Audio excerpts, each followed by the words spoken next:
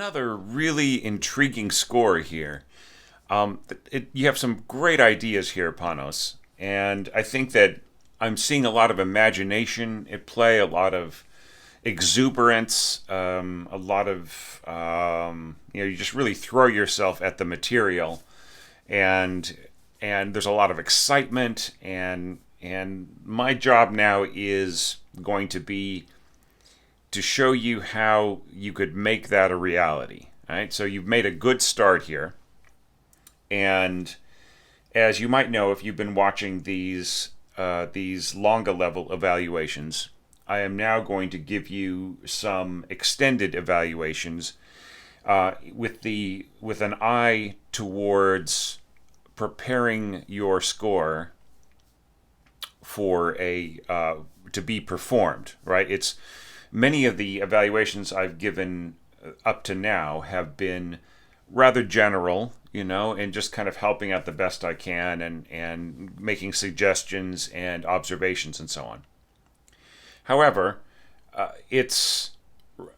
think that for the next dozen scores or so, I think that it's really important to approach these longer level and dotted longer level entries with an eye as to what it would take to make the score ready to be rehearsed or performed. All right, so that is what we're going to focus on, and that is what this opening section of extended evaluation notes is all about. Now, these notes that I'm going to go over with you now, they will be put on a separate screen at the end of this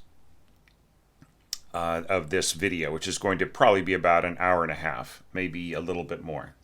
All right.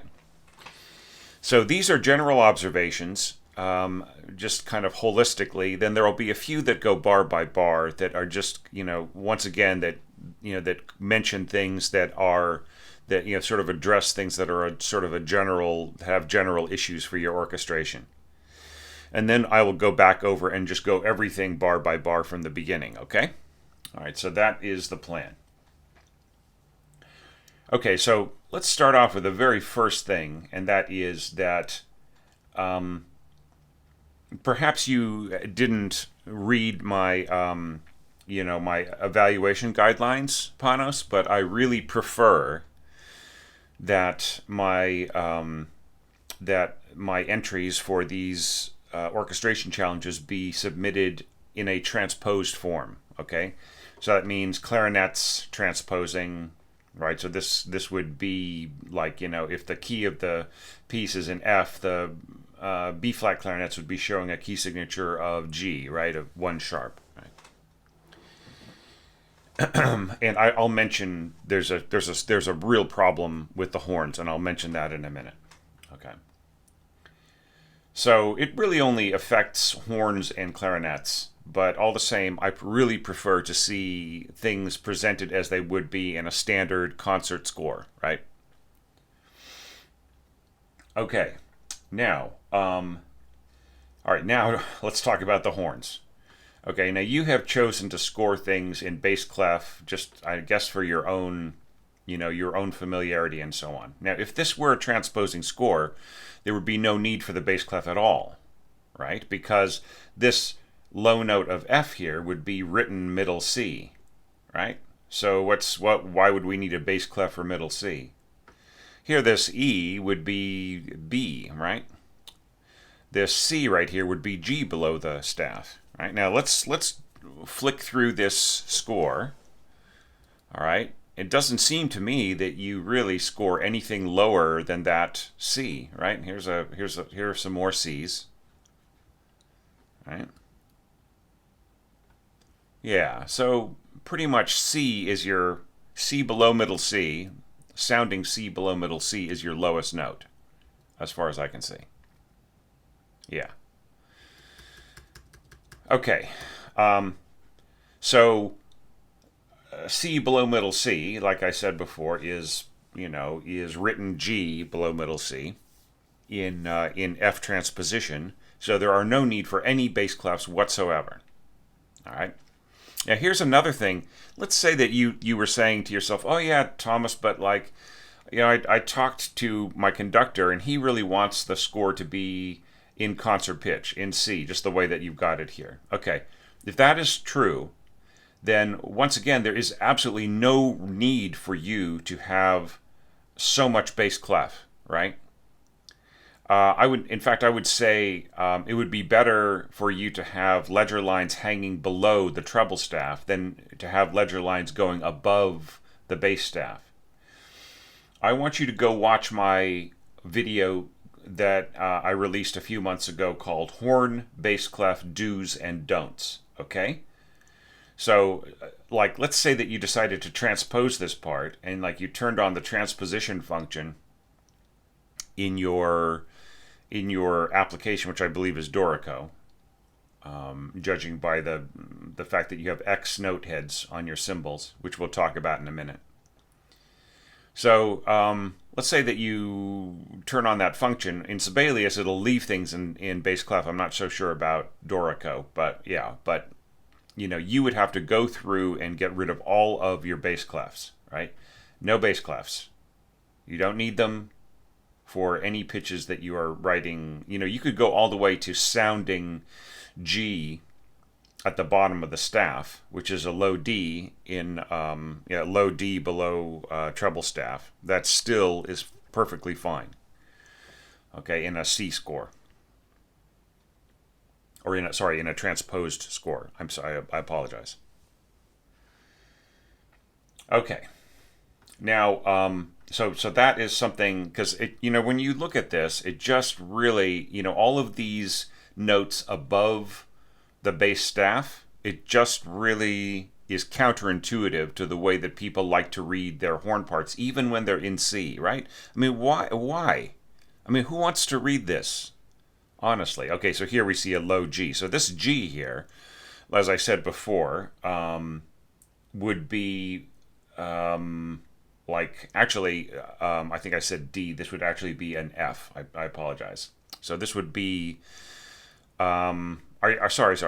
No, I was right. It would be a D below the staff in transposition, and that is still a perfectly readable note for players, right?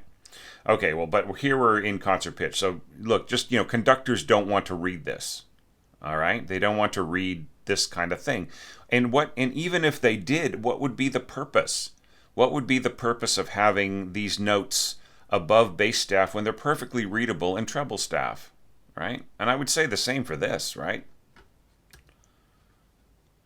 You really need to get a handle on your bass clef scoring in horns. In fact, I would say try to not have any. Do you know what I mean? Unless the notes are really low if you're in concert pitch. Okay, so rant over. Now, let's go on to the next problem with horns. Okay, you're saying 2 horns in F1, 2 horns in F2. See, you're almost like this is saying, okay, this is horn number 1 and this is horn number 2. Nobody ever writes this on the margins of a professionally engraved score, all right? It should just be 4 horns in F floating between the staves. Now, if you don't know how to set that up in Dorico, maybe some people can jump in the comments and talk to you about that, right? I'm not a Dorico expert. I think I'm going to have to become more fluent in Dorico just to talk about score presentation and other kinds of things if I do this kind of thing again, because I'm just seeing so many problems that layout problems and things I need to be more qualified in giving advice on in Dorico and MuseScore. Okay, so 4 horns in F with no numbers. That's what you need, just floating in between here.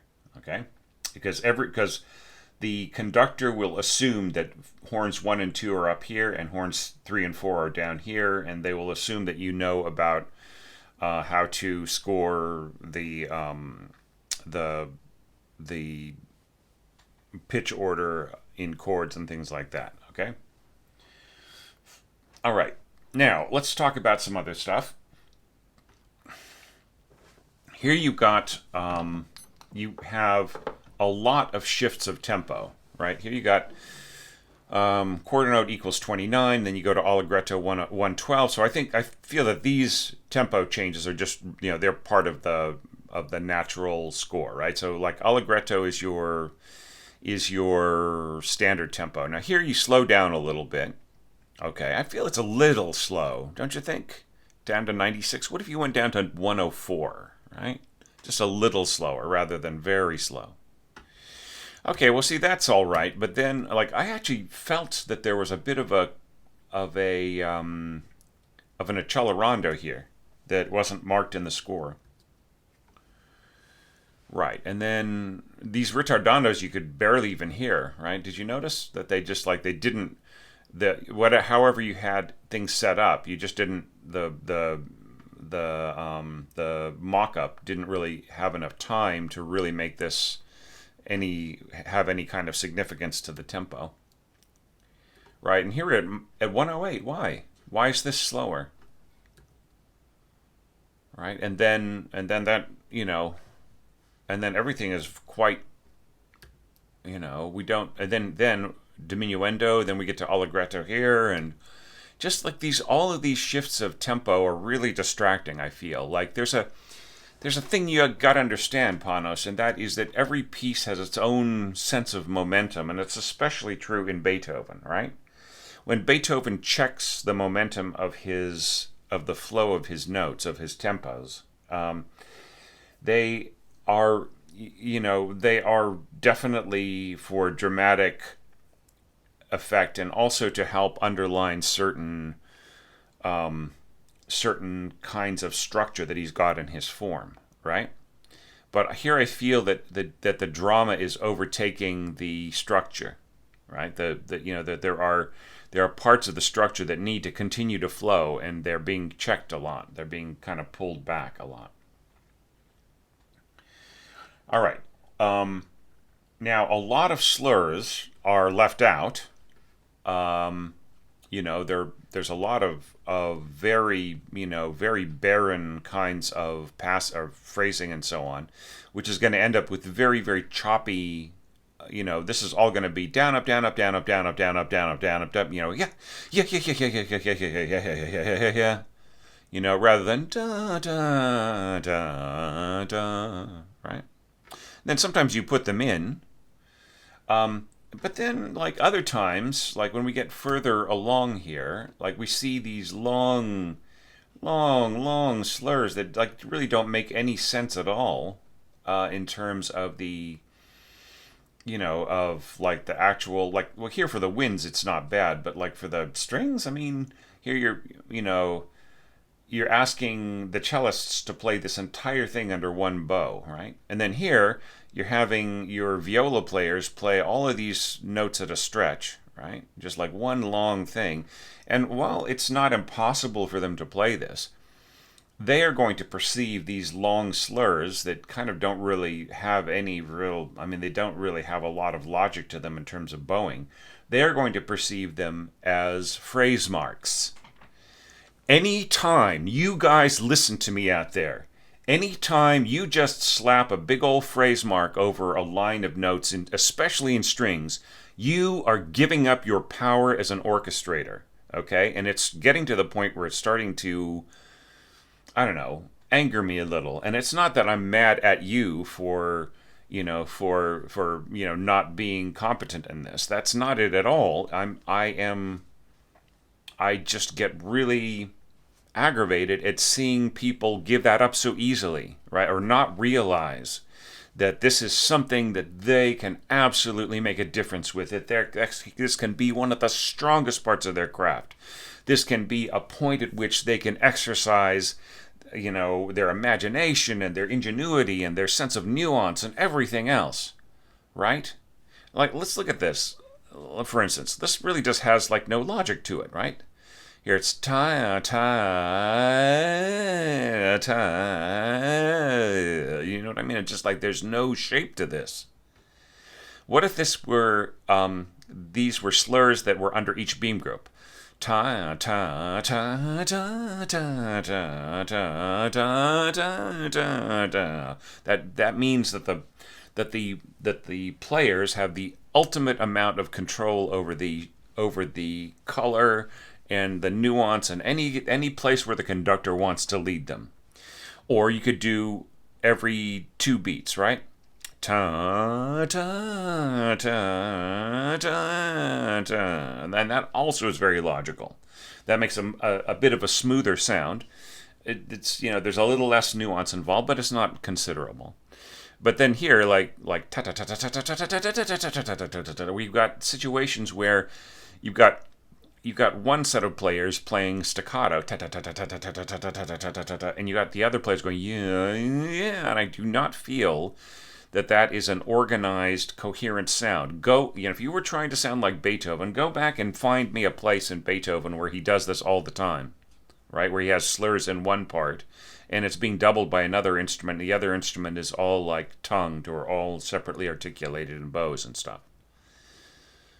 All right, just really, really try to not give up your power by dropping the piano-style slurs onto the part. All right. It's really, really, really important, everybody. This is on my list of, I think it's like one of my 12 common scoring errors, right? So, Panos, you are getting to be way too good for this kind of error to show up in your scores. I'm seeing beautiful colors and imagination, and I'm seeing some craft and a bunch of other things. Why this, right? You are better than this. You're getting so much better. Okay. So I will stop yelling about it. But yeah, work out bowing schemes. Okay. Now, just as an observation, you are being very inconsistent about marking a due, number 1, number 2. I think it's something that maybe you scored into the piece as you went along, but then you just didn't proofread. You didn't do any proofreading, right? Now, this doesn't make any sense. Putting crescendo above the staff. You already have a hairpin. You don't need the word crescendo. Get rid of it. Same thing here. Get rid of it. Here, dolce should be in the it shouldn't be in the technique text above the staff. It should be in the expression text below the staff, right? And I believe this number 1 was intended for bassoons, right?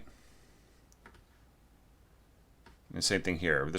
Number 2 was intended for bassoon, right? So you really should have gone through this entire score and proofread all the way through, just to make sure that you had a due or player number 1, player number 2 clearly marked. All right, because it's almost like reading sentences without any punctuation. Okay, I know I'm getting a little worked up here, and I'm not mad at you at all, Panos. I'm just feeling very protective of my orchestrators out there, not getting the right kind of information and not getting the right kind of motivation. Okay, so that is my job. I'm going to motivate you to have your scores written in an organized way that will make sure when you take your score to some conductor, they're going to look at it and say, this looks great, And if you say, oh, well, I got some advice from Thomas from Orchestration Online, and they might say, oh, okay, I can see, right? Or they might say, Orchestration Online, who? Oh, that idiot? I don't know. I don't know what the reaction would be. Okay. All right, so let's keep on this general. We've got more general observations to go. Okay, so markings of divisi and unison in strings should have been proofread, right? So anytime you go into intervals like this, especially very, very low on the strings, it really should be divisi, right? So these, divisi, so just D-I-V period, right? And once again, you just cross that crescendo off. If you have the hairpin, you don't need, right? Okay. And then when the divisi comes to an end, you have to mark unison. So that's just U-N-I-S period, right? Unison. So that you should have gone through the entire score and proofread for that and had everything marked. Then if you left 1 or 2 out, I wouldn't even notice, right? Okay, so you've got a problem with And it's a very minor one, but but once again, we're trying to get your score ready for the stands, right? We're trying to get it ready for a conductor to look at, correct?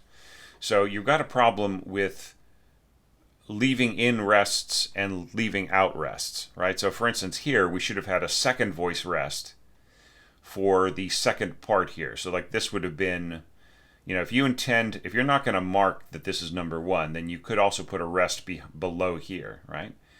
But the way that it's scored, the conductor doesn't know if this is a due or what. But let's say that you put like the number one over this, okay? So we know that this is first clarinet. I think it's pretty safe to assume from the way that this goes that this is intended to be first clarinet. You wouldn't want to have two clarinets play this exposed kind of thing because then you get a very phased sound unless you like that sound. Okay, but our issue here is the rests. There should be a second voice rest under here. So there's absolutely no doubt, right? So that this is the second voice coming in. Then you don't need to mark it. Okay, but then you have problems like jumping ahead here. Like right here, a due in the oboe, right? And then here you've got, I'm not sure if this is intended to be second oboe, and or was this just like, were these just leftover rests, right? And then here, like, why do we have a second voice rest here if we have two voices here, right? We don't have three flutes, right? And the same thing here. This is extraneous. And I'm absolutely sure that this is extraneous here, right? And the same thing here with these rests. And then these rests here, I think are these for cello or are they for double bass? I can't tell, right? So those are things that you just need to also proofread, all right? Okay, now let's talk about your harp part. Okay, now your harp part really does almost nothing, okay? So you have two problems here. Okay, one is that the harp part doesn't do anything harpistic, right? It's like it doesn't do anything that calls attention to itself. It is just being constantly used, or constantly. It's being used sparingly, and those points that are being used sparingly are usually in places where it is so easily covered by the texture of what's going on that nobody can hear it, right? So, like, if you have a harp part and it's invisible, you should just leave the harp part out, right? Leave it out. It's not doing anything, right? Well, like here, you have this pizzicato in the double basses, and you have the harp part here. Nobody can hear the harp, right? All they can hear is the double basses pizzicato, so this doesn't even need to exist. And then here, with all of these flowing winds here, right, and strings and everything else, nobody can really hear the harp. You can hear a tiny bit of punctuation to the articulation of the notes, but especially with a bassoon playing in a very staccato type of style, as it will with this kind of music, that will just completely erase what's going on here in your harp, right? Then if we go forwards, like this sort of okay, so Panos, come on, you must know that this kind of harp scoring is not the most ideal, right? So constantly repeated notes very, very quickly right next to each other, okay? Repeating the same notes over and over, going back and forth and so on. That's not very effective on harp. And also, when you consider that it's basically being doubled by violas and there's this huge mass of color around it, and that the harp is being played in its middle register, which is so easily covered by everything else going on, the harp part is unnecessary. It is invisible. Nobody can hear it, so leave it out. This is about the only place I thought that the harp was really all that effective, and it's already doubling clarinet, right? And clarinet also is one of those instruments that sucks up the tone, the timbre of the harp. Yeah, and then there's hardly any harp. Here we've got the harp right in here playing these octaves and so on, and at other intervals. But, with the cellos going crazy like this, and your trumpets playing, up to mezzo forte and so on, nobody's going to hear this harp. And the same thing here with sort of these kind of big swoops on the harp, all this other stuff going on, pushing to a forte, the harp will also get overwhelmed. So there is hardly any bar of your harp scoring here that will not get swallowed up by the other instruments. So why put it in? There's no need for it, right? If you had scored different gestures, different framing, different filigree, and so on in the harp's upper register and during some of these moments, then the harp would have come through beautifully clearly, right? So just be careful. Like, use your harp in places where it is specifically going to be heard for a reason. Do not ever put your harpist to a lot of work that nobody is ever going to hear, right? Now, none of these parts that you've scored for harp are all that difficult, right? But it's still, asking the player to sit there and play, right?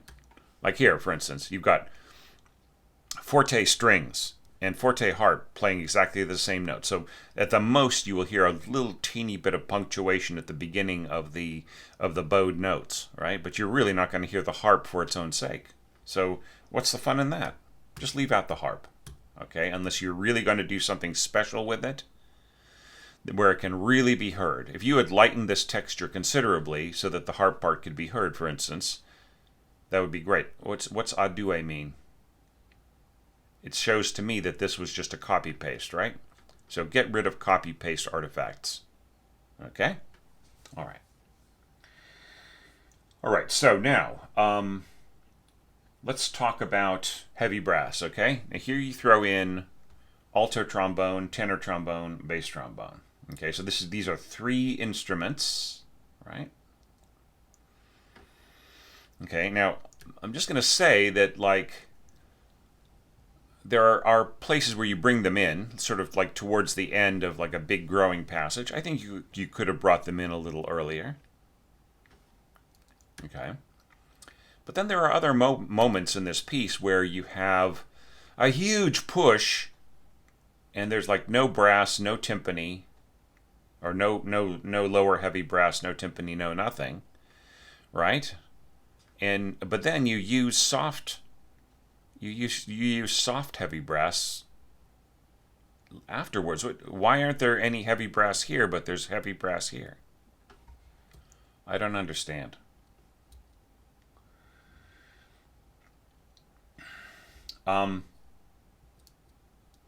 Yeah, so I think you could have made use of your heavy brass a little bit better. Then we've also got this little problem here. It's very minor. I think you intended these upper pitches here in this tenor trombone part to be alto, right? And you just forgot to split them off. Right, so just, once again, more proofreading. All right, now one last little thing. All right, I'm tired of seeing this. Okay, we have a cymbal part on a single staff in a concert score. That should have normal note heads. Do not, anybody out there, continue to use the X note head in a cymbal part. That is something that has cropped up, especially in Dorico. I think it is happening so often in such inappropriate ways that it is the onus is on Dorico. Listen to me out there, Daniel Spreadbury, whoever is on the development team that is responsible for this. The onus is on Dorico to let their users know that this X notehead stuff for cymbals is something that should occur in combined percussion staves. Like if you have a combined percussion staff for an orchestra, or you have like a drum kit kind of a staff, right? It should not be appearing on single staves in concert scores. Got it? Everybody? All my users out there? All my Dorico users out there? Dorico, tell Dorico. If so, one of you guys works for Dorico, tell them to make it so that if you want an X note head on a single staff and a cymbal part, that you have to actually ask for it, and when you do, the little warning comes up saying this is not a concert music thing. Because it's not a concert music thing. There is no way in hell that a percussionist, a concert music percussionist playing for a symphony orchestra, is going to need to see an X note head on their cymbal part. They do not need it. You do not need to score it. Everybody stop scoring it. Please, for God's sake. Sorry, I'm getting a little emphatic this morning. Could be because I had some surgery a couple days ago, and the anesthetic is making me grumpy. So I apologize if I sound like I am yelling at Panos. I am not yelling at you, Panos. Okay, so now let's talk about some specific bars. All right. So and then we're still just we're still covering some general issues here. Okay, so I will get to the bar by bar analysis in about maybe 10-15 minutes. Okay, so let's talk about some of these specific little things. All right, so some of your harmony is really strange here. This A here should be a B flat, correct? So this is something I want you to, like all of these suggestions, Panos. I want you to get out your Dorico file or whatever file this is. Maybe it's not Dorico, maybe it's MuseScore. But anyways, get out your file and make a special copy that says Thomas's edits, right, or something, or Thomas's suggestions or something. That should be a B flat, correct? Right? Not an A. All right, so I'm assuming, like sometimes people are adding interesting harmonies and so on, but sometimes I feel like those interesting harmonies are the results of errors, and so I'm going to point out all of those things that could be errors, and I think that this is one of them. That's a B flat. Okay, here we've got another one, violas at bar 7. Let's see, 1, 2, 3, 4, 5, 6, 7. All right, so this should be an F, not an E, correct? Same thing with this. Shouldn't that also be an F? Or in this case, it could be a C, right? A C sixth. Very, very easy to play. All right, so you just move the sixth down one step, you've got an open C on the bottom, right? Yes. Sometimes I think that my orchestrators, like they want to make things a little bit bigger, or they copy paste things in a way and invert them, and then they end up with the wrong notes, right? So I think that that's possibly a situation here.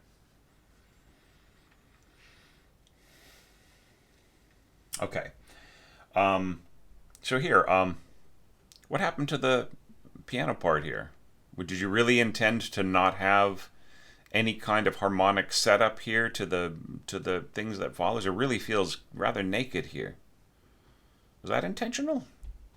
I don't know. It feels like you just forgot to do it, right? Keep in mind that when you do these transcriptions, like the people who know the music are going to want to hear certain things, so you really have to justify any radical change that you make to it like this. I don't feel you'd spend enough time justifying the absence of the left-hand part here if that was intentional. Okay. Now let's jump ahead. All right, so we've got some problems here. Here, and also I think it's page 7 or something. We'll jump ahead to that and talk about it in a minute. Okay, so Panos, did you watch my video, my pitfalls video, where I talk about the problem of transcribing the little patterns? And do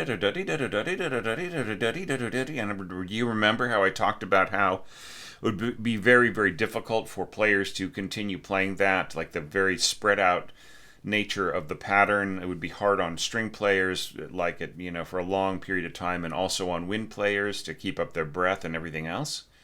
Okay, so you are asking one or two flute players. I can't tell which, right? You don't tell us who is playing what here and whether this is continuing on with the same player, right? You don't tell us if this is the first player or the second player, right? So this would be incredibly difficult on these players, just continuing on and on and on and on for all of these bars, right? This is like 10 bars in a row of continuous 16th notes without a breath. It's really hard on the players. Did you watch that video? And did you remember that I talked about dovetailing things? Da da da dun dun. Then the second player takes over. Da da da dun dun. This first player takes over, and so on. Right? And always dovetailing on the first note of the next beam group, or maybe like having like one bar played, the first bar played by the first player, and then dovetailing to the second player, or maybe having like every like 2 beats, groups of 2 beats, right? Now, if you did that, then the players would have a chance to recover their breath and then re-engage, right?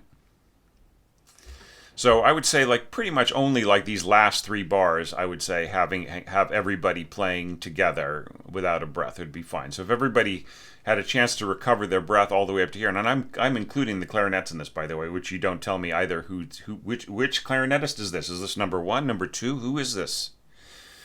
Even if it was only a single player intended, you would still need to tell, you would still need to dovetail, right? Okay.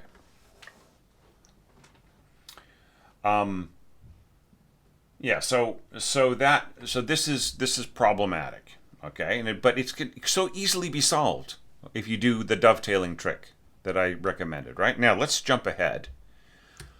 Okay, to the section that you have that's scored almost exactly the same way. Right, we have all these 16 notes. Now here, the way that you got it set up, it's almost impossible for anybody to take a breath because of these octaves, right? You have these octaves going on, and with all these octaves, unless you had four players, there would be no way for people to dovetail with each other to give each other time, right? Now it's not a problem with your clarinetist. Here you tell me that this is the first clarinet player, right? But look, what if it was the first clarinet player, and then they dovetailed on this note to the second clarinet player, and then they dovetailed back to the first player, and then back to the second player? You don't need to go a deux here, right? Don't go a deux till like maybe the last couple bars, right? Just keep dovetailing, and then, and then just go hog wild here at the end. All right, now, let's talk about what's going on here. You not only have the problem of with these octaves not being able to dovetail, you also have the problem of the fact that you are burying your second flute, right? Your second flute, there's no way that your second flute player can meaningfully contribute anything to this texture whatsoever. Okay? Because it is being covered by the oboe and the clarinet. Right, with those things going on, plus all of this pushing here in your brass, right, and timpani and strings, that second flute has got zero chance. All right, so you have got to go and watch my video. Stop burying your flutes. Right, so stop burying your flutes. There's no need for the second flute part to be down there. Why? Who can hear it? It's invisible. You're putting the second flute player to a huge amount of work when if they just doubled, like if you had a deux, right? A deux, right? Where's our a deux mark? A deux. What if this whole thing were just the first trading off with the second, right? And then here they went a deux at the end. Right? Wouldn't that work? Don't you think? And then like, because the first oboe is going to be so powerful here, right? You can have the first trading off to the second, and maybe this could be a deux here in these instruments, and then back to the first trading off with the second, and so on. Because it's the same thing that the flute is playing, right? The second flute doesn't really need to be doing anything here, right?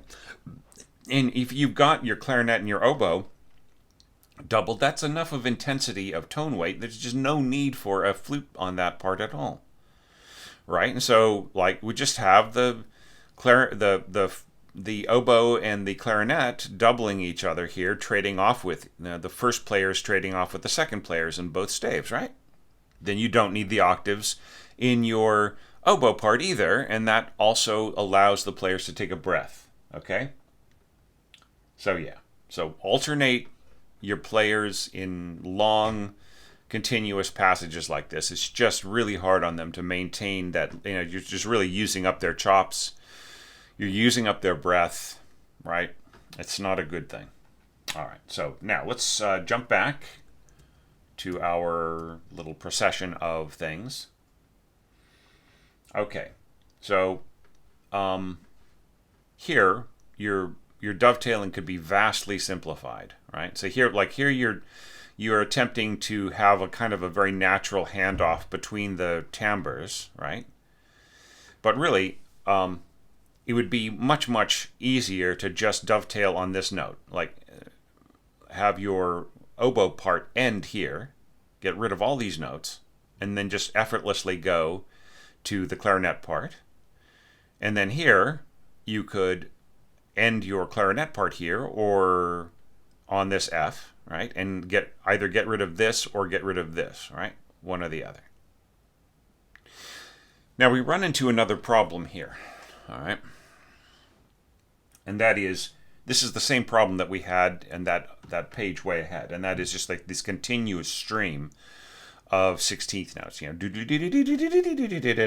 so on. I just want to check one little thing out to see if yeah. So the same thing here. Like this needs to dovetail, right? So that the part isn't just continuous for the bassoonist. Especially, like, you might think, well, like there might be some bassoonists out there who say, well, hey, I could play that. Great, you sure? Okay, well, maybe you're in a better orchestra than the orchestra that Panos is likely to get if this is his first reading of a work. Correct? Like he has his his options may be like the same as mine. When I was a orchestrator way long ago, orchestrator and young composer, my option was just, I had a dear old teacher, who stayed a friend of mine, and he invited me to bring in a piece of mine for a reading once, right? And he was conducting an orchestra at the junior college level. That would be like a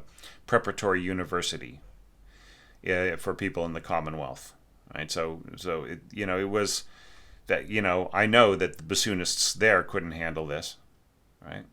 So it would be better for you in this place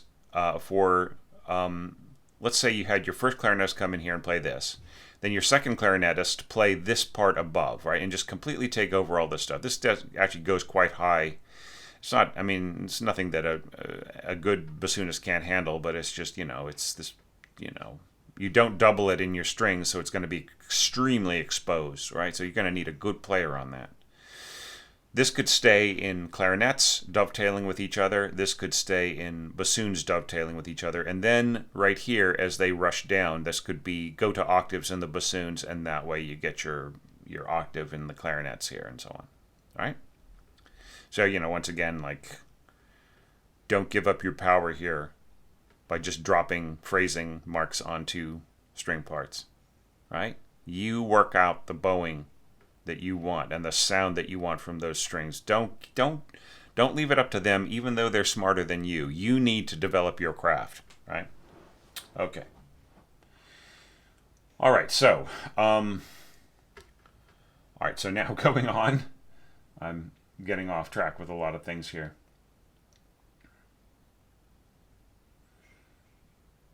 All right. So bar 39, 28.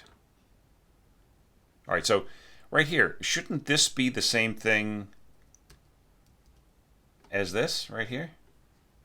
This yada da da da da da da da da da da da da. Yeah, most of the other parts it's mostly the same. See, here you add an octave below, which you didn't have before, and that's fine. But shouldn't this be yada da da da da da da da da da da da da? All right. All right. So here, this should have a flat mark over the trill, because if you don't put a flat mark over the trill, then this turns into a shake instead of a trill. So it'll be like an augmented second, which is the same as a minor third, like that sounds like a minor third.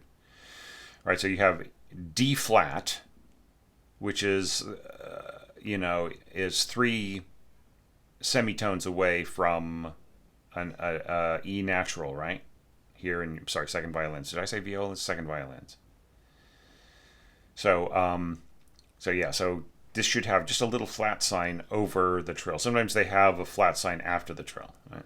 But anyways, just make sure that I think that was in my that was in my my template, right? And here's like another extraneous rest that needs to be deleted, right? And here we have we have like 3 voices in why. Now this is good though. This ya da da. Do you notice like the way that you got this scored in separate voices? That should be happening in all of these other parts here. Like the way that this is scored here, right?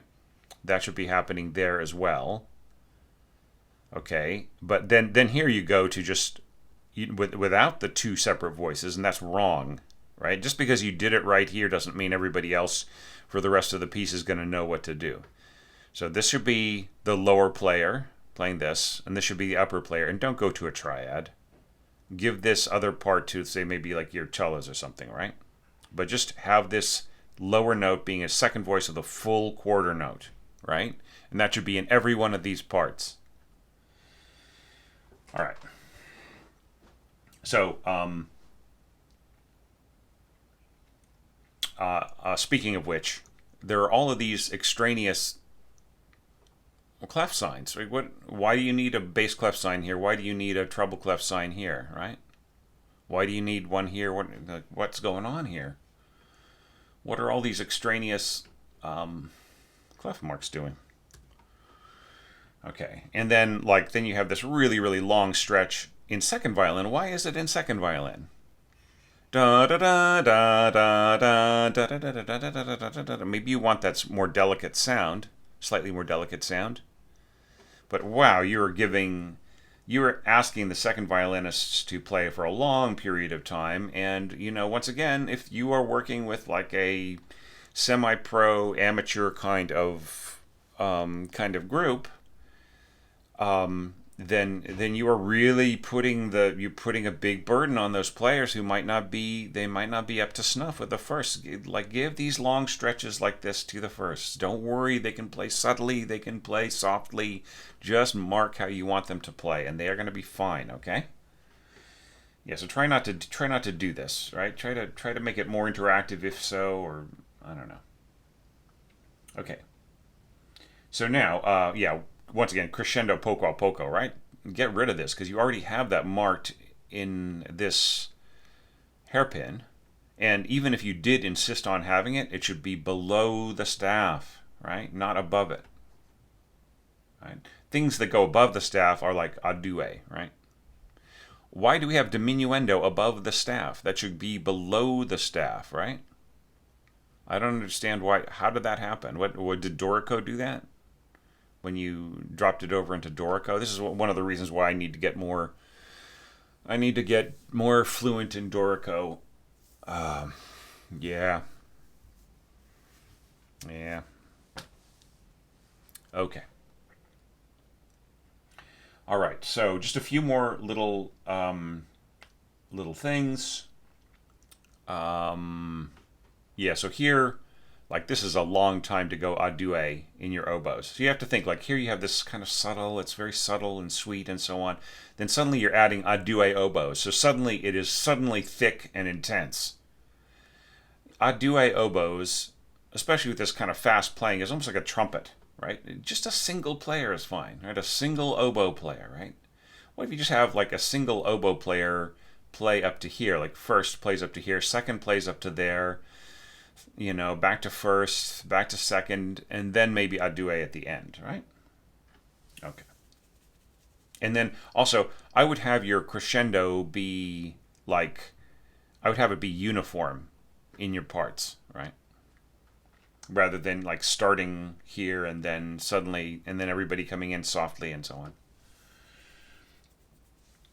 Maybe, let's go back. Yeah, see, so if this was pianissimo crescendo, it would be piano by the time we got to here, right? So I would say, if you want to do this crescendo, have this be mezzo piano in the other string parts and wind parts, and but keep your horns piano, right? Yeah, and then just as I mentioned before, here's a huge missed opportunity for you to bring in timpani, lower heavy brass, and so on, trumpets, right? Okay. There's a few other weird things in oboe. We're going to jump ahead a bit. Okay.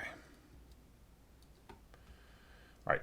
We have triads here. What's going on with this third voice? If you have other players playing the same notes, then just get rid of this F sharp and get rid of this E, right? If they're already in the clarinet part, so you don't need it. You don't, maybe you just forgot to proofread that. All right, now let's jump ahead. Just a couple more comments. Okay.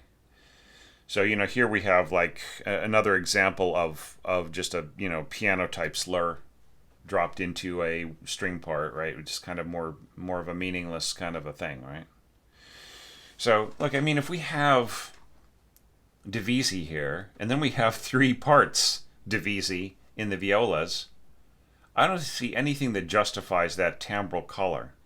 Why can't um, why can't this why can't the top part here be in second violins, and why can't these three parts be spread out across all of the upper strings? That way, when it gets to here, it's just much more natural, right?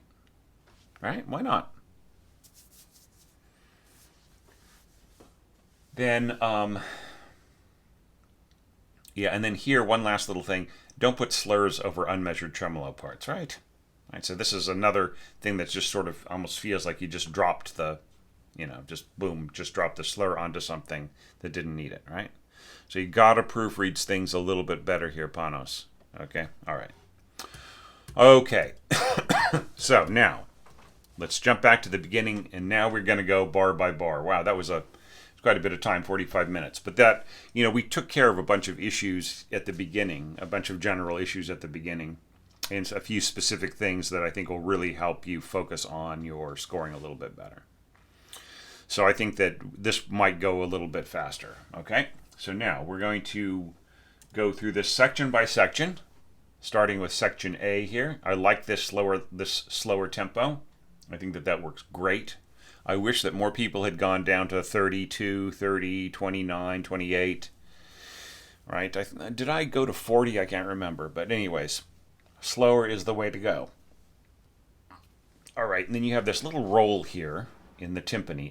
I would have a little like diminuendo, just sort of like so it would just evaporate into nothing as you came out of this. And once again, like the harps here, here's a place where you might actually hear them a little bit. But, sometimes it's just better to mark your harps up by a notch if you want them to be heard. This could be piano rather than pianissimo. I would put the dynamic marks always go in between the staves in harp, right? They don't go below, right, like this. They go in between. And this could be spread out across two staves, right? So, yeah.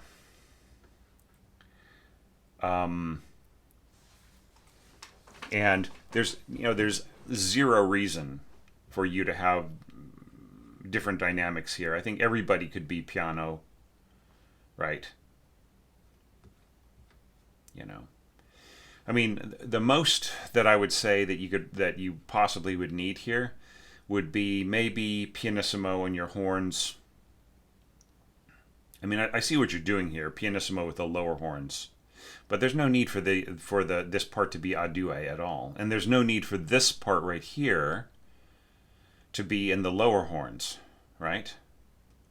So this could definitely, you could just go from here to there in your, in first and second. And I would sort of keep this more delicate stuff in the first and second horn, just because like them listening to each other and absolutely being able to nail their intonation with beautiful perfection, I think would work better. So all of this should be in first and second horn. There should be absolutely no problem for them at all. Now, of course, that is doubled in the oboes, right? So, this low C piano on oboe, it's going to have a tendency to flare, right? It's going to really, it would be better for you to just start off, like considering how much you've got going on here on that middle C. You've got A and middle C. Then you've got this middle C here in your second horn. So you don't even need it here in your second oboe. I would just have your first oboe come in here on this E flat. And then when the D third happens, then bring in your second oboe, right? And then here, just ending on this F is fine. And look, this F, these pitches can, here they can be a full beat long, right? Da da da da da. I put a little pausa after that so that the conductor can just pause things slightly and then go ya da da da da, or cesura if you want to. Right? That's a little exaggerated, but have this be a full quarter note. All right, now here you have a duet flutes. So I mean, look, I mean, if you want that sound, it's more breath and less expression, right? If you want more expression and less breath, then just have a single flute. And I think that with a single flute, you get just a wonderfully poetic, just incredible sound. Da, da, da, da, da. That all works for me. Maybe a fermata there at the end. Like there's a fermata in the piano part, right? Why can't all of this be just quarter notes in every other part? Quarter notes or quarter rest with a fermata over it, right? And then a fermata over this last note, just like it has in the piano score. Why not, right? So let's say that you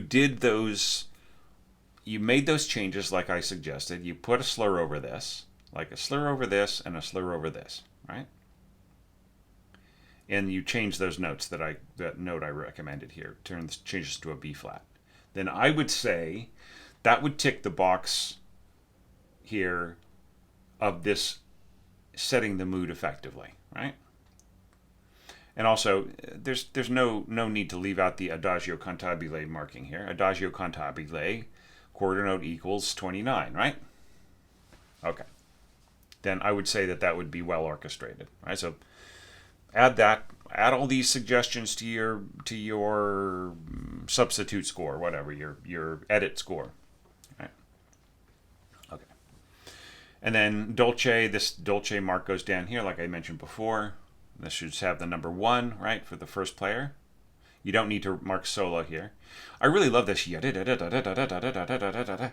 happening in violas. I think that's very, very cool. And then it's just so cool. With this, I would write out a full bar. I would write out a full beat of measured tremolo, right? Just write out the 16th notes. The G, F going up to an A, like da da da da, and then do the abbreviation like this on the remaining beats, right? Just really, really show the player, especially if you're in a situation where they're sight reading, right?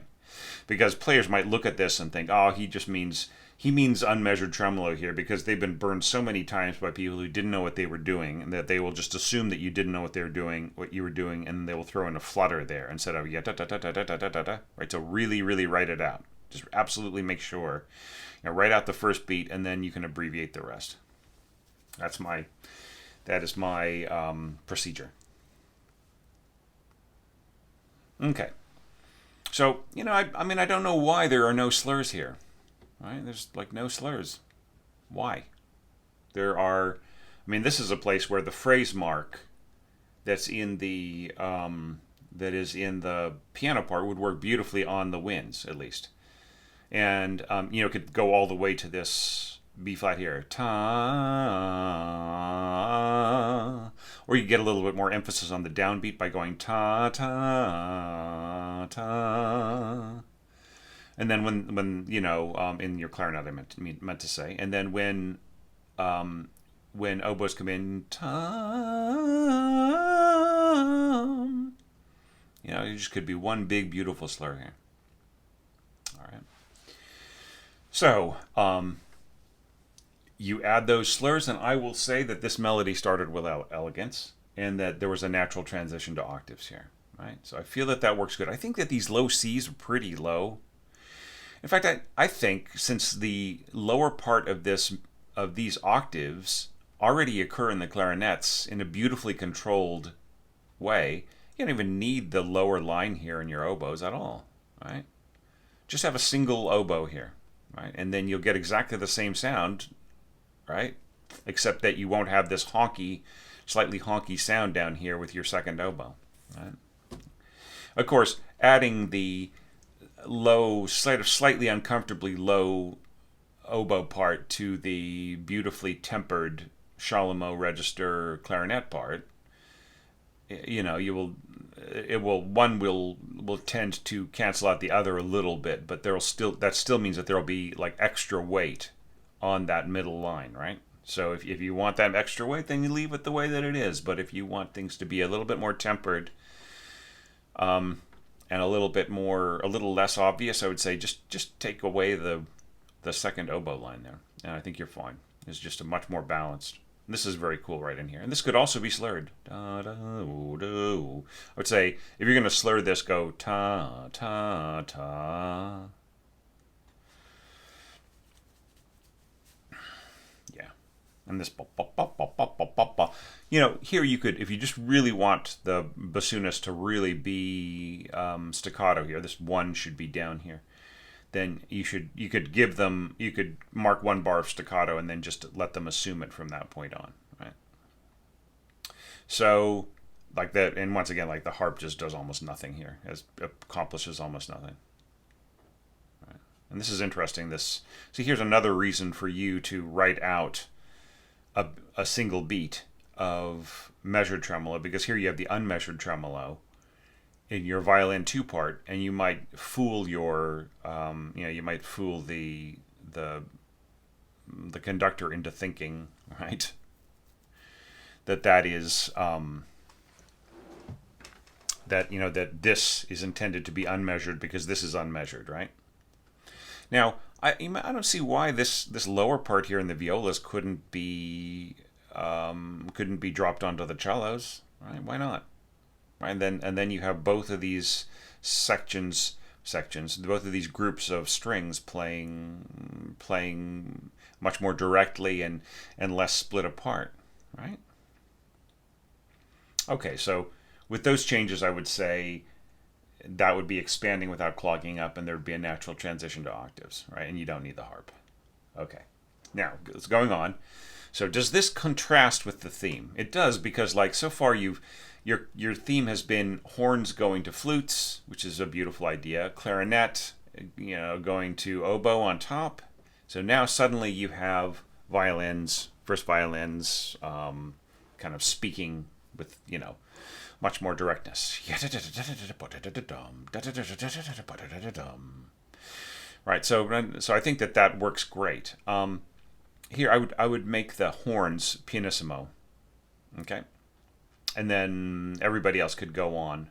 If this is going to be pizzicato, then I think that a single bassoon staccato would be fine, or in octaves, right? So like drop the octave below, right, and just have this play in octaves. That way you double this pitch here, these pitches here in the double basses. But one way or another, this does not need to be a duet on this pitch. You just need staccato here, right? And I wonder whether or not this was intended to be pizzicato as well here in your violas, right? I mean, when you think about it, like the way that this is scored, you could just about have the bum bum bum bum. You could have your violas staccato doubling the first bassoon, and then you could have your second bassoon doubling your double basses, and then I think that would make things a lot more clear here. And then of course your horns here in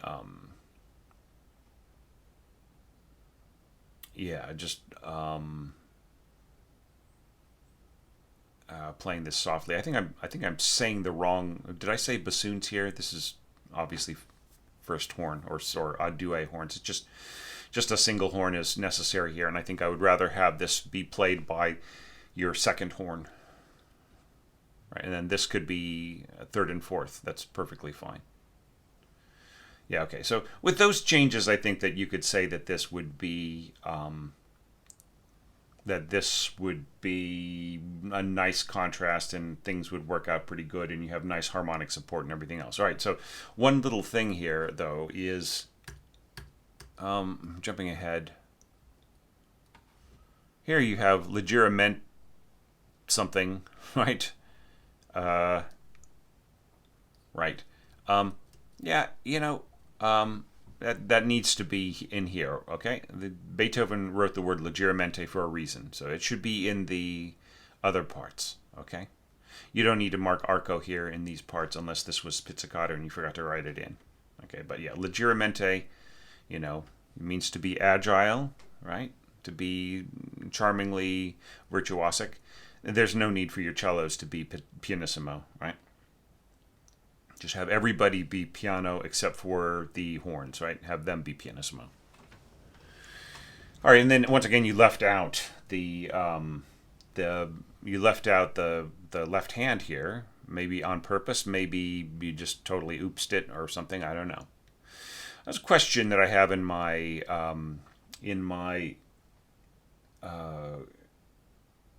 evaluation criteria. Is this an emphatic color of line, right?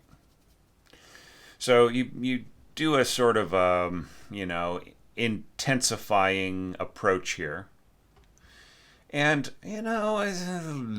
this goes a little low on flutes.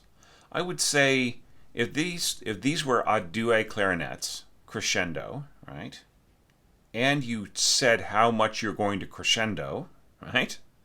How big is your crescendo going to get? Mezzo forte, maybe? Let's say you get to mezzo forte by the end of beat 3, right? Then we have a crescendo here, all right, mezzo forte. And then here, just start mezzo forte. There's no need to do crescendo. And then you said piano subito, right? Because you're already, like, here's mezzo piano crescendo to piano. Does that make sense? Crescendo to mezzo forte, piano subito, right? Because you're suddenly soft, right? And then, look, take my advice. Put the left-hand transcription back in here, and the lower strings and lower winds, maybe a little touch of horn, maybe, if you need it, because you need to set up the harmony for the next part, even if it's piano subito. Right. All right, and here there's like, if you're going to be playing octaves, the people who play octaves are the seat partners, right? This should be either third and fourth or first and second, right? And I would actually say, considering that this is a sounding G, and this is a sounding G above middle C and a sounding G below middle C, just have it stay in first and second horn, right? And then here, this should be E, right? These pitches should be E for second horn and E for second horn and G interlocking with G for third horn, correct? I really love this little timpani thing, and and answered by the trumpet. And so, which trumpet player? 2 trumpets in C. Is this first or second? Okay, but just talking about the effect of this, right? Do we maintain strength? Do we have a different texture? Here you set up, like you start with strings, like we had a little episode of strings, and you start off with strings with this emphatic color, and you end up in winds. I think that's a very cool thing with the horns and so on, and the little kind of almost martial thing happening here. Bum, brum, that's nice, and then answered by the strings and kind of going back and forth between these two colors. So that's, is there a contrast of texture and so on. So I think that all works. Okay. And this is pizzicato, plunk, plunk, plunk. So this should stay staccato to match, right? Okay. All right, so that takes us here. I would not put in this beginning note here. Just let the strings end it, and then have the flute come in as a completely fresh color. All right, so that's our next. That is the end of section A. Now thinking about section B. Da da da da da. So here we have the color of flute plus first violin. So this could be just a single flute, or it could be flutes a deux. Flutes a deux, you get a slightly breathier edge. You don't get double the sound of the flutes, but you will get more color out of your violins, right? So the violins are going to absorb the quality of tone of the flutes, but they're going to add it to themselves, right? So you have just a slightly more intense, slightly a slightly shinier tone to your violins. And then this is a bom bom. I would submit to you that this combined tone here with your oboes and clarinets is a really great idea, but don't let it get to be too big, because it will have a tendency to take over here. All right. I mean, if you had clarinets plus second violins and violas, right, it would be a less obtrusive sound. All right.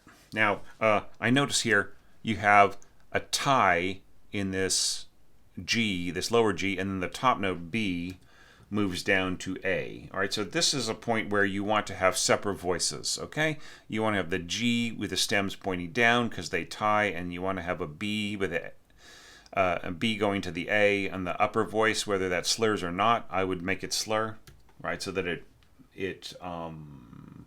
that's really just kind of what Beethoven intends anyways. It's really obvious from his, from the way that everything is slurred. And then here you give the kind of the destination of this slur to, you sort of delay it, so that it kind of comes in as the horns and so on.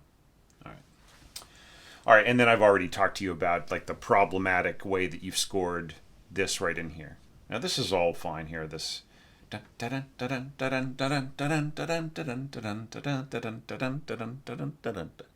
all fine. I don't think there's any need for you to have this sort of octaves sitting on top of each other, right? So all you're doing here is you're just making this B in the middle, this middle line here stronger than it needs to be. All right. Best way to deal with this: divise the octaves here, right? And then just have this lower octave here, like the lower part of the octave here, the bottom line, in the seconds. All right. That's just the best way to handle it. And that way you get a really nice even sound, and you don't have everything just split up all over. Just really question yourself if you're doing too much divisi, right? Just always say well, how can I get the right sound, right? Without doing too much. And this is really interesting. This sort of these tremolos here. So I mean, I really do think that you're thinking ahead. I think it's interesting how you start to add elements, and it feels like you're starting to expand. And here you just end up expanding dynamically rather than continuing on and adding more elements and building towards this texturally, right? So I think that you could have done a little bit more textural work in these two bars so that when the lower heavy brass comes in here, it's not such a shock. So I don't know why there's no dynamic markings in your tenor trombone. And why does this just say trombone? Right? How does that cut it? This should be A trombone, T for tenor, trombone, and B trombone, right? So A, T, B, right? Okay. Yeah, so they're just the gap widens further in the piano part, and then there's suddenly a big giant, see here you're spreading apart texturally in your strings, so why can't that happen a little bit more in our in everything else that's going on? Why are these bassoons so high, right, in these two bars? Why can't they be playing octaves here, right? So just there's a little bit more work you could do right in here, I think. Yeah, and and everybody can just be piano, right? It does. Why make this? You're making your winds very loud in terms of their this sort of dancing function that they do on top here. They don't need to be any stronger than piano. If you have piano strings, piano winds. If anything, it is the horns and the trumpet that would need to be softer if they need to be softer. But I don't think they really do. Okay. Right, and then here, it's so glorious right in here. And it's kind of puzzling that you just have a couple bars of trumpet here, and then there's no more trumpet, right?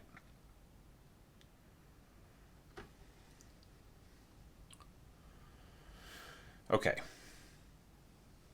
So those are my thoughts on B. Now let's take a look at C. We have the ending of that chord. Yeah, and just once again, this could just be, a flutes on top and then a oboes on the bottom. There's no need to do this. You're just killing your second flute, right? And then, same thing here. Divisi first, and then just have the second violins play this middle C here. Yeah, and couldn't the trumpets be contributing anything here? All right. All right, so now, and I've already talked about how this is just a, this is like just like piano type slurring. Couldn't this be up, down, right? Couldn't you like slur by the half bar? Right. And then here, why are these parts slurred but this part isn't? Why doesn't this say divisi and then unison here? All right, so there's a lot of proofreading that you need to be doing here, Panos. Okay, and then also, like, this is slurred but that isn't slurred, right? This is slurred but that isn't slurred, right? So that means that, like, to me, like, as your score reader, maybe if I were your conductor, I would be wondering, did he mean to go slurring here, too?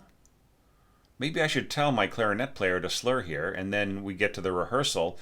Like, second rehearsal, you come in to hear us working on your piece, and, like, you think, asking, why is the clarinet slurring at that bar?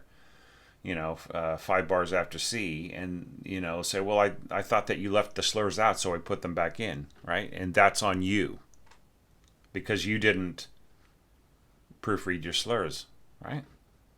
Okay. All right, so this is lovely. Da da da da da da dum. I'd like the flute over the clarinet. That's good, and then oboe taking da da da da da da da with a bassoon and the clarinet coming in. That's really great. Da da da da dum. It's very very cool. Then here you've got this, flute plus oboe. The oboe is going to pretty much swallow up the flute until you except for these higher parts right in here. But you can get a good mix, but just so long as everybody really really does listen to each other, right? That's just a little bit more work to be done in, here you were very careful to keep the oboe and the clarinet out of the way of the flute, and then here you're just like throwing them together, right? So I guess it's going to work and be fine. I would mark the flute up to mezzo piano here, right? And keep the oboe at piano. Yeah, and this is lovely, like just the answer, right? Da da dum. Okay, what's going on here? We have 4 parts, and you've got divisi in the cellos. Why can't this line here be in the violas? And then you have 4-part harmony, 4 instruments of equal weight, right? And then here, ta da with this is really lovely. I love the way that this catches the C sharp right here in the oboes, and I just love the transcription here. It's just it's note for note, upper winds and upper strings. Da da da. It's really nicely done. And then that same da da. And I've already told you how this should be dovetailed. And this is great, just going to the different color, right, of the violas and cellos and so on with a, so this should be 4th horn, right, or 2nd horn, or 4th and 2nd, but it shouldn't be a due 1st and 2nd on that low written D. Da-da. Right. And this is interesting, this dun, dun, dun, dun, with the pizzicato in the bass. Yeah. And then, like I said before, make the bowing shorter here. Make the slurs like either 2 beats per slur or 1 beam group per slur, 1 beat per slur, right? And then maybe take this top line and put it in the clarinet up to around here, and then dovetailing back and forth with the bassoons. I would say every 2 beats, right? Change instruments, and then here you can go to 2 bassoons, and then both clarinets coming in. Da da da bum bum bum. Yeah. Yeah. So like with this, I would say da da da da da da da. Try to work it out so that it's. So this is.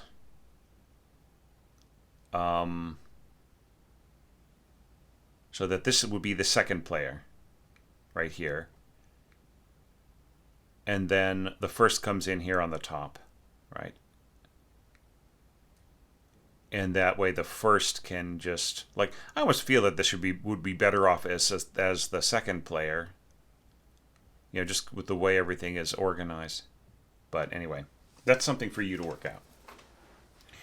All right, so now we are going to compare A, B, and C with sections of E, right? So let's take a look at how Panos scored this opening A section, right? So we had the first clarinet and the bop bop bop bop bop bop in the bassoons, and we had the with the violas, and then we had this thing happening in here with the with the horns like descending and so on, and this sort of unnecessary harp part, and then the strings with a little bit of support from bassoons and horns and pizzicato basses and so on, and then we had this happening here with no support from the original left-hand source thing in the score, and then the way that this was divided up, right, with the winds and horns and a little bit bum ba-da-da-dum kind of thing happening in our trumpets and timpani and so on. All right. Okay, so that was how Panos dealt with the original A section. Now, at the recapitulation at E, don't worry, we'll get back to the D section. So here we see a much more richly textured approach, right? And, once again, like, this is not string slurring. This is a phrase mark, right? So why couldn't you score it like this? Ta ta ta ta, right? Up bow, right? So don't write in the markings, but just have a single slur here. Ta ta ta ta ta ta ta ta. Right? So we've got a flute stacked over our oboes. We've got this octave right in here. So once again, like, low oboe in here. I mean, it's manageable. I mean, it'll work fine. We got these octaves sitting on top of each other. So everything that we did in previous sections, when I was saying to, like, leave out the middle voice when it's doubled, here I would say just like, that is fine the way that it is. Right here, what I would do is, like, there's kind of no way around these C's and so on, the way that they're scored in the oboe, and they're manageable. What I would do here is I would just go to do a flute on the top right here, and just let the oboes take over these pitches. So they play the octave, and then you go to do a flutes here.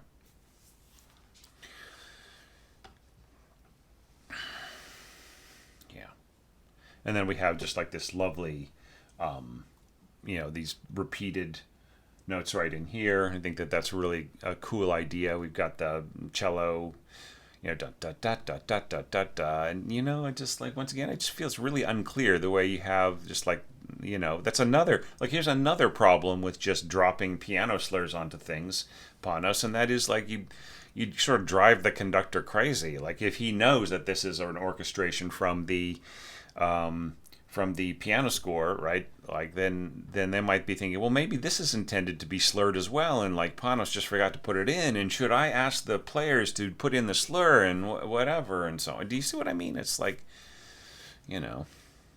and it also, like, the lack of articulation marks. It's one of the reasons why, like, putting in a bar of staccato, right? And then and you can leave out the staccato after that if you want to, or just leave it in. It doesn't matter. That just really defines it as not being slurred, and you didn't forget, right? Yeah, I like the cello in here. That's really cool. Yeah, so that's all very good. And then as things continue on, here you have the leggermente. That belongs in the techniques text, right? And just as before, I would have first violins on top and seconds on the bottom. There's no need for you to go divisi between the sections. That doesn't unify anything. It doesn't improve anything, really. I mean, there are some reasons to do it, just in terms of, like, the way that the notes sit on the stage, but I don't think it's really necessary. And I think it's, like, in this kind of more straightforward classical music ideas, right? Classical period ideas, it doesn't really help anything, right? So just have your firsts play the top line and your seconds play the bottom line. It's much, much stronger. So yeah, so yada da da da da da da da da da da da. I really like this stuff in here, and then you have kind of like a walking bass pattern here. You know, it's very cool. Yeah, and there's like, and then like clarinets and trumpets and so on, kind of helping out with that, and then there's these all of this stuff is very heavily textured, right? Very fun. And once again, these are meant to be alto trombone notes, right? Or maybe these could be bass trombone notes, right? Because they get kind of low. And they're not out of range for the alto, but they do get. I mean, yeah, going down here. Yeah, yeah. You know what? I sort of changed my mind from what I said before. I would say keep the top line in the tenor trombones and put the bottom line in the bass trombone, and then that's just much better. And then, yeah, I just love all this timpani going on here, right? So yeah, there just definitely is a need for the leggermente marking in some of these parts, right? Okay, and now here we get into, you know, I have a note in my evaluation criteria. Increased dynamic impact? Question mark. You know. Yeah da da da da da da da da da da da dum bum bum. Yeah. Um. Yeah. So here you got portato. That's nice. But look, once again, this is just my friend. This is just a phrase mark. You need to have something like one slur here, then a slur here, and then a slur here, so that it's up, down, right? Or you could just have a slur on each beam group, right? So up, down, up, down, up, down, right? I like this stuff going on here in the low trombones and and this is all really cool. Let's think how much better this would look with treble clefs, right? Here in your horns, right? And this is very cool. Horns and winds. Bum bum da da dum. See, like if you had your harps like 2 octaves, 1 or 2 octaves higher, then and in big gushing chords where they would be heard, then they would be beautiful. Try that out. Score that, right? Take your temporary score and score that onto it and see how that sounds, right? See, that's a use of the harp that we can get behind, right? Now, this is a little, like, you don't really have any dynamic change here. So I would say, seeing as how the winds are so much softer than the strings, why not keep the horns in the game, right? So that you have that extra color there. Now the interlocking here that you've got in your clarinets is fine. In certain places, that's totally fine. Yeah, and you don't let you don't let things get too low. But I mean here, it would be almost better to have a duet first and second flute here, right? And then just everything else will sort itself. Okay. And then the little answer. Da, da, da. Really, really soft. I love that. Bum, bum. Really, really cool. This is excellent. Done. Now, let's jump back to the B section of before, right? Ba, da, da, da, da, dum. Oboes and clarinets, da, da, da, da, bum, with the first violins, right? And then we had this just insane, da, da, da, da, da, da, da, da, when the clarinets joining in there, and the horns, and things started to get bigger, and then they stopped getting bigger, and there could have been more action here from the bassoons, and things could have built up a little bit more. There could have been some more of a natural push here. Harp kind of wasted effort here because nobody can hear it, and then all this stuff in the strings wasn't too bad. All right, and then you could just divide things up better here in the octaves for your first and seconds. Okay, so now, let's jump ahead to this. So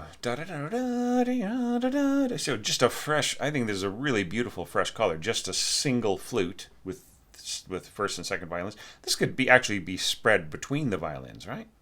Couldn't this be like second violins on the lower note? There's a lot of divisi in here where there doesn't need to be divisi, Panos. Yeah, just like all of this could be, second violin, and then here go to divisi. Yeah. All right, so, this kind of constant bump, bump, bump, bump, bump, bump, bump, bump, bump in the horns. I mean, I would almost want to trade off, right? And this would just look much more natural in treble clef, right? It's just crazy, just the way that this is being scored so high. I just would really prefer in the future, just, really seriously, Panos, change to transposing score, get rid of the bass clefs in your horn parts unless they're really low. Like, unless they go below D below middle C or C below middle C. All right. Yeah. Yeah, so this is a really nice, organic, natural build here. I really like it a lot. Right? One thing I could say about it is I think that as the music starts to push downwards, you could start adding more and more middle and then lower strings, right? So that things naturally expand outwards, right? Yeah, and then I've already commented about how this is rather impossible the way that it's scored here. Okay, now let's jump back to C. Right, we had a lot of just, long slurs and stuff, and this is kind of not really a thing. And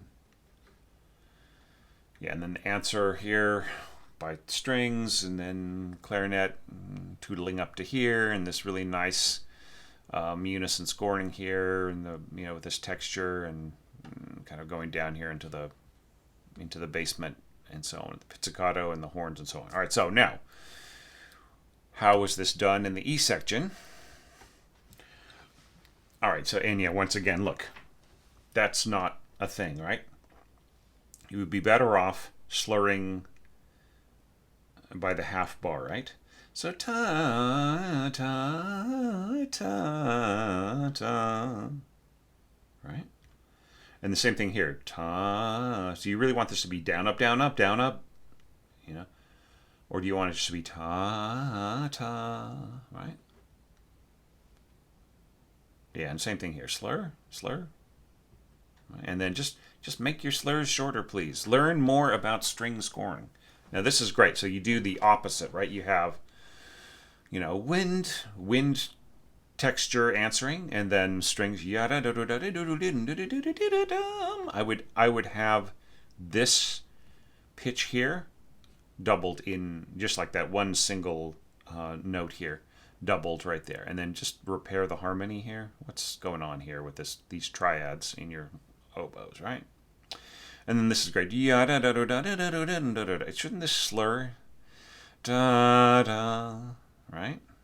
Wouldn't that be better? Here you could go C, F, and here you could go from the top da da to an F third, and that way you would have a unison on the F, but at least it would just be nice and clean, right? And I would do the same thing here. And then the same thing here.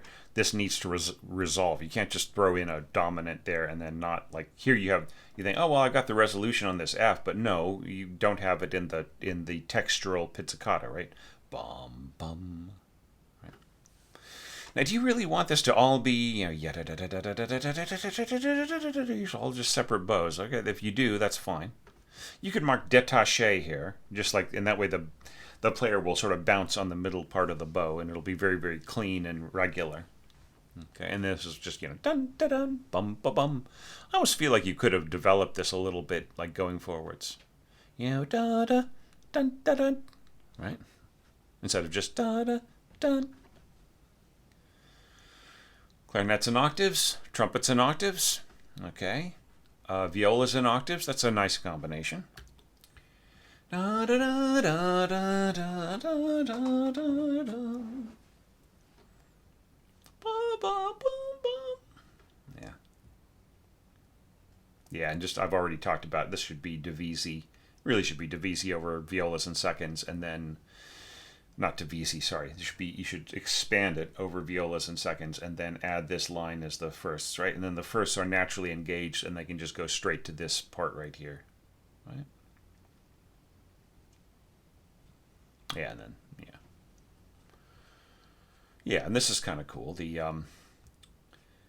bassoons and violas, that's nice. And then, once again, this bassoon should trade off, right? Just don't make them go on forever. I mean, they can play stuff like this, but it's just you know, you don't know what level of orchestra is going to be playing this. Just you don't have to put training wheels on it like they can't play it, but just make it easy for them. So I would say start with your first bassoonist, dovetail on this note to the second bassoonist, dovetail to the first, dovetail to the second, dovetail to the first, dovetail to the second, right, and then maybe here at the forte a due, right? And this is all really cool. I like the little bum bum bum bum bum bum. Yeah, so just you are developing it a little, but maybe if there's other places you could do it, it would be great. Yeah, and this is all great. Dun dun dun dun. All right, and then yada da da da da da da ba da dum. And with this little second violin coming in here, let's jump back to D.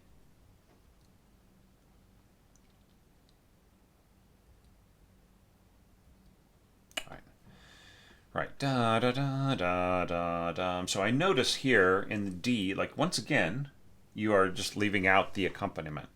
Really, there's like no low F note here. All right, so it's just very, very sparse.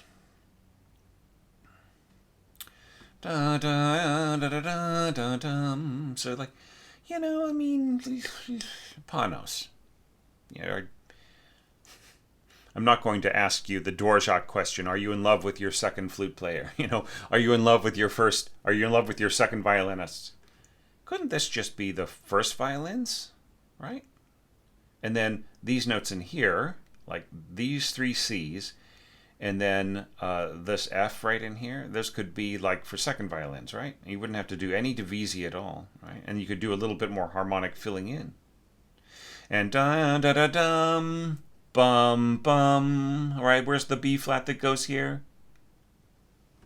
Right? So here you got da da da da da da da da da da. Right? That's not Beethoven though.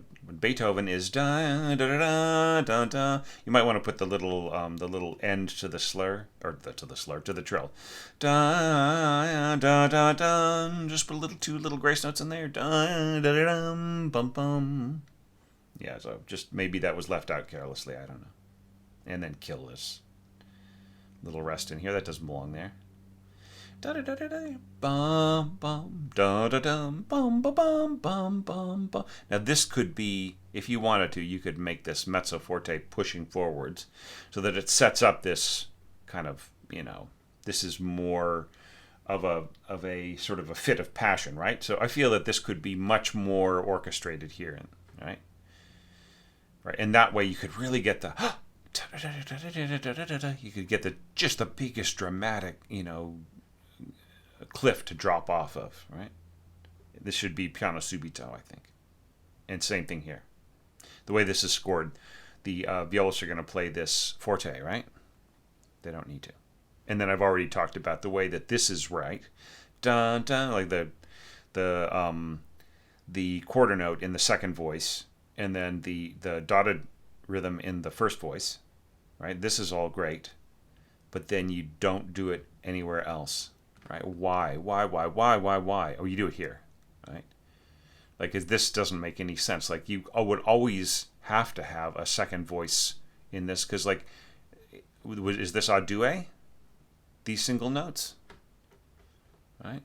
In any case, I would score these in, even if you had that, I would score it in two separate voices, two separate lines. Yeah, and then da da da bum bum bum. So right at this point, all right. Here's an idea. What if you dovetailed into the first violin here, right? because I just think that that makes much more sense, because the first violins need to be the ones to sort of lead the orchestra here, because you have all these scattered little things across different parts. The first violins are the people who lead the orchestra. They're the, it's like they're led by the concertmaster, and the concertmaster is like the assistant conductor, right? So they are the ones who are the most responsible. It's sort of like having like like your first mate, right?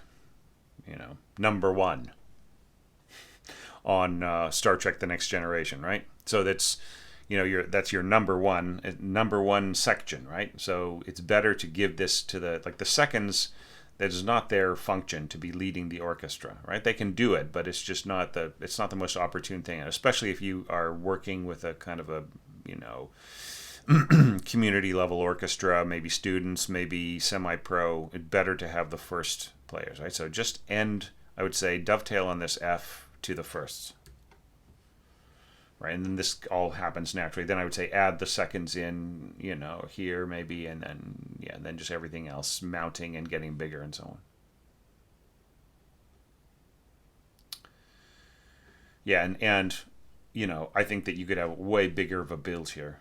You could be throwing more things in, more instruments could be coming in, doubling earlier. There could be more involvement here, way more involvement from your heavy brass, and of course, especially your timpani could be doing a big, huge roll here, right? This is very weak compared to what the timpani could do, just a big fat roll on a C, right? Or they could be going bum bum ba bum, or bum bum bum brrr, diminuendo. This is really nice though. Ya da da da da da da da da da da. Bum ba da bum bum. I just think this is really nicely put together here.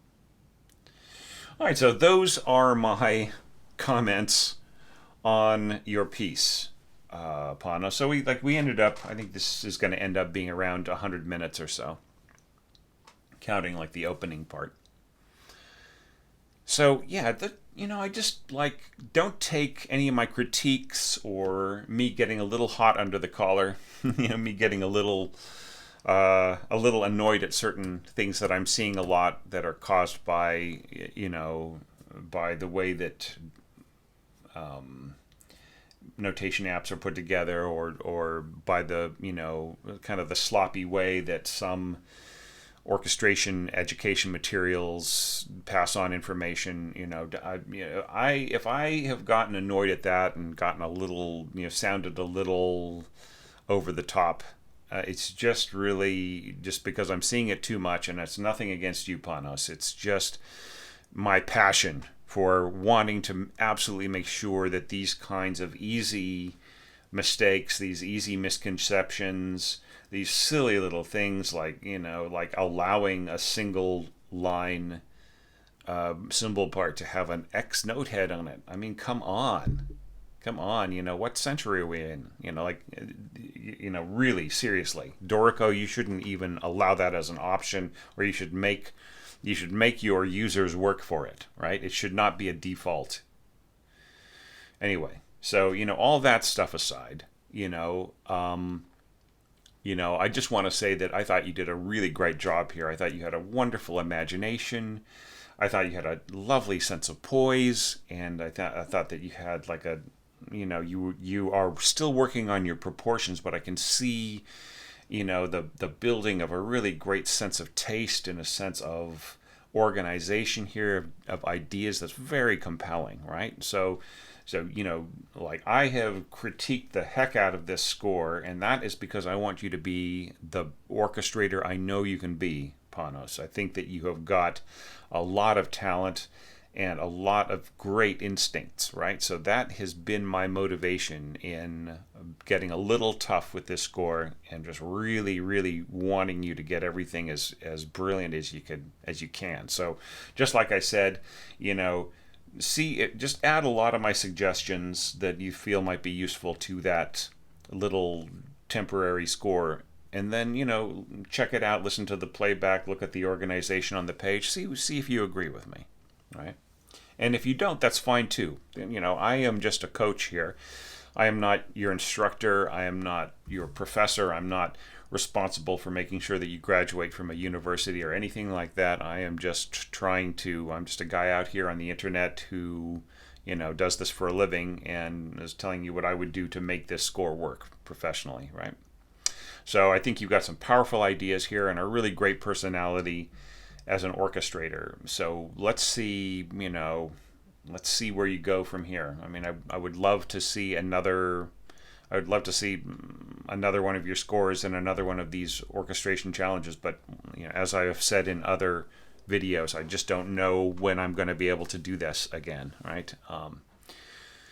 So anyway, thank you so much, Panos, for being patient with me, and apologies for the time that it's taken for me to get my health back together over the past couple of years so that I could take this on. And I really wanted to look at all of these scores, especially the ones that are, like complete movements, that where the orchestrators like yourself took so much effort on it and just really tried to make it, a piece that could be performed. And that is another reason why I am taking extra time here and just really making sure that you have all the guidance that I think you would need to get this ready to be read, like an orchestra reading session, or possibly even performed if you do a little bit more work on editing this. All right.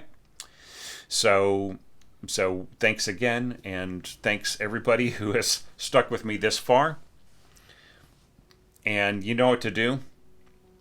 Give Panos your best feedback in the comments below. And Panos, if you can also look at some of these other Longa level evaluations and some of the other videos that I've released recently, and give them some of your feedback. I think that would be really well taken. Thanks everybody so much for sitting with me through another one of these Longa evaluations, which I just find so fascinating. And I hope that you can all join me in a couple of days for the next of this series. We have 3 more great scores coming down the line before we get to our dotted Longa evaluations, which are going to have the full sonata with both movements in it. See you then.